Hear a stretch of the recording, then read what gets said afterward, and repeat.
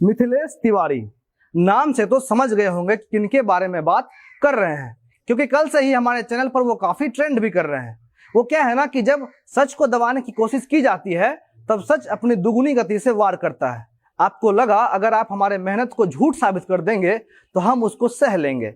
ऐसा नहीं होगा सर, काहे कि जनता जंक्शन पत्रकारिता करता है, दलाली नहीं। और इसीलिए जब हमारा भाई समान साथी आपका करतूत देखा तो उसको बहुत दुख हुआ।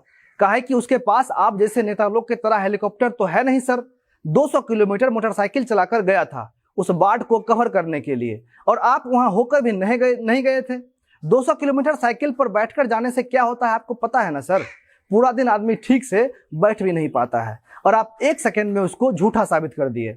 पता है सर, हम सोए हुए थे जब हमको उठा के आपके करतूत के बारे में बताया। गुस्सा से लाल था, काहे कि आप उसके मेहनत को टीआरपी का टैग लगाकर दिखा दिए थे। उसके अंदर काफी चुल मचता है सर। हमको बोला कि हम जवाब देना चाहते हैं। हम काहे रोकते सर उसको? फिर वो अपने तरीके से आपको जवाब दिया, वो भी काफी विनम्रता के साथ। आपको मिथिलेश जी बोलकर। क्या बोल रहे हैं कि आप वहां गए थे? गए होंगे सर, लेकिन हमारा वीडियो वायरल होने के बाद घड़ियाली आंसू बहाए थे कि नहीं? आप नेता लोग तो सर बिना विक्स लगाए हुए भी आंसू निकाल सकते हैं। हम आपके फेसबुक पेज के अबाउट सेक्शन में गए थे सर। वहां आप अपना फेवरेट किताब में गीता का नाम लिखे हुए हैं। बदनाम कर दिए सर आप गीता को। उस गीता का एक श्लोक है, हतो व प्राप्यसि स्वर्गम जित्वा व भुक्षे से महिम तस्मात् उत्थिष्ठ कौन्ते युद्धाय कृत निश्चय। इसका अर्थ यह है सर कि श्री कृष्ण अर्जुन को समझाते हुए ये कहे थे कि अगर तुम इस युद्ध में वीरगति को प्राप्त होते हो तो स्वर्ग की प्राप्ति होगी, और यदि जीवित रह जाते हो तो इस धरती का सुख प्राप्त करोगे। इसलिए उठो और दृढ़ निश्चय के साथ युद्ध करो। एकमात्र इस श्लोक से भी अगर आप हिम्मत लेकर अपने इलाके में बाढ़ पीड़ित लोगों को बचाने के लिए जाते, और इस क्रम में यदि खुदा ना खास्ता आप इस बाढ़ में बह जाते तो स्वर्ग जाते, और यदि बाढ़ से लड़कर अपने लोगों को बचा लाते तो लोग आपको भगवान मानता। लेकिन सर आप ऐसा नहीं करेंगे। आपका आईटी सेल वाला अच्छा वीडियो एडिट किया था, लेकिन आपके उस झूठ को 4000 लोगों ने भी नहीं देखा सर, और हमारे सच को 14 लाख लोगों ने देखा है। आप अपने डीपी में जय श्री राम लिखकर लगाए हुए हैं सर। राम तो मर्यादा पुरुषोत्तम थे, और आपके पास ना तो मर्यादा है और ना ही आप पुरुषोत्तम है। अभी भी समय है, आप खोलकर देखिए अपने आसपास बर्बाद हो रहे परिवारों को, और कृपया करके उन्हें बचाइए। हो गया, बस इतना ही।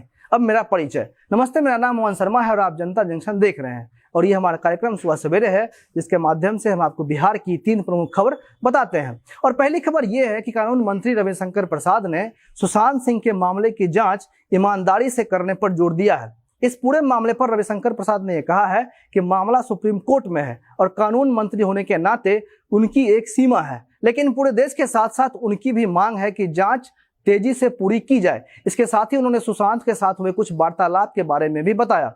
उन्होंने कहा कि एनडीए 2 के शपथ ग्रहण समारोह में हमेशा चेहरे पर मुस्कान रखने वाला सुशांत उनसे मिला था, और कहा कि सर आप तो हमारे शहर से हैं तो कैसे नहीं पहचानेंगे। उसके बाद रविशंकर प्रसाद ने पूछा कि आप पटना में कहाँ रहते हैं। इस पर सुशांत ने जवाब दिया, सर राजीव नगर में। रविशंकर प्रसाद ने अपने इसी कार्यक्रम में बिहार विधानसभा चुनाव को देखते हुए गठबंधन में हो रही खटपट के बारे में बोलते हुए कहा कि उनकी पार्टी प्रदेश के सभी दलों का सम्मान करती है। इसका उदाहरण उन्होंने नरेंद्र मोदी से दिया।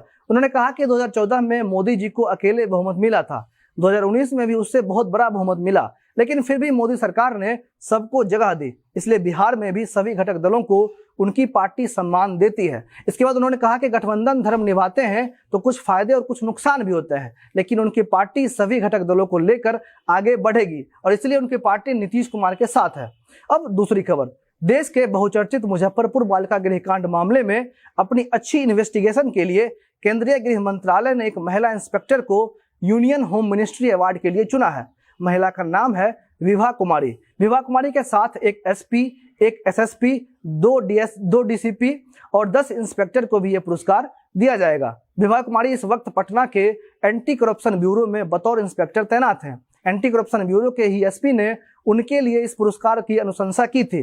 विभा कुमारी मूल रूप से पटना जिला की रहने वाली हैं और पटना में ही सरकारी आवास में रहती हैं। अब तीसरी खबर, 15 अगस्त की सुबह गांधी मैदान की ओर जाने वाली सड़कों को आम जनता के लिए बंद कर दिया जाएगा, जिसकी वजह से गांधी मैदान की ओर गाड़ियां नहीं जा सकेंगी। 15 अगस्त को स्वतंत्रता दिवस है, और गांधी मैदान में हर वर्ष स्वतंत्रता दिवस मनाने का आयोजन किया जाता है, और इस साल भी इस आयोजन को किया जाएगा। लेकिन कोरोना को देखते हुए इस बार समारोह में आम जनता को भाग लेने की इजाजत नहीं होगी। सुबह 7 बजे से गांधी मैदान में आयोजित समारोह की समाप्ति तक शहर के प्रमुख मार्गों में शुमार फ्रेजर रोड, न्यू डाक बंगला चौराहा, जेपी गोलंबर, एग्जीबिशन रोड आम जनता के लिए बंद रहेगा। एसपी ट्रैफिक और एसएसपी ने अपनी ओर से ये आदेश जारी किया है, जिसमें ये बातें बताई गई हैं और आदेश का उल्लंघन करने पर कड़ी कार्रवाई की जा सकती है। वाहनों की आवाजाही को रोकने के लिए काफी भारी पुलिस बल की तैनाती की जाएगी और विशेष व्यवस्था के तहत राज्यपाल, सीएम, डिप्टी सीएम के आने जाने के लिए पश्चिमी गेट नंबर 1 को आरक्षित किया गया है। वहीं अति विशिष्ट कार्ड धारकों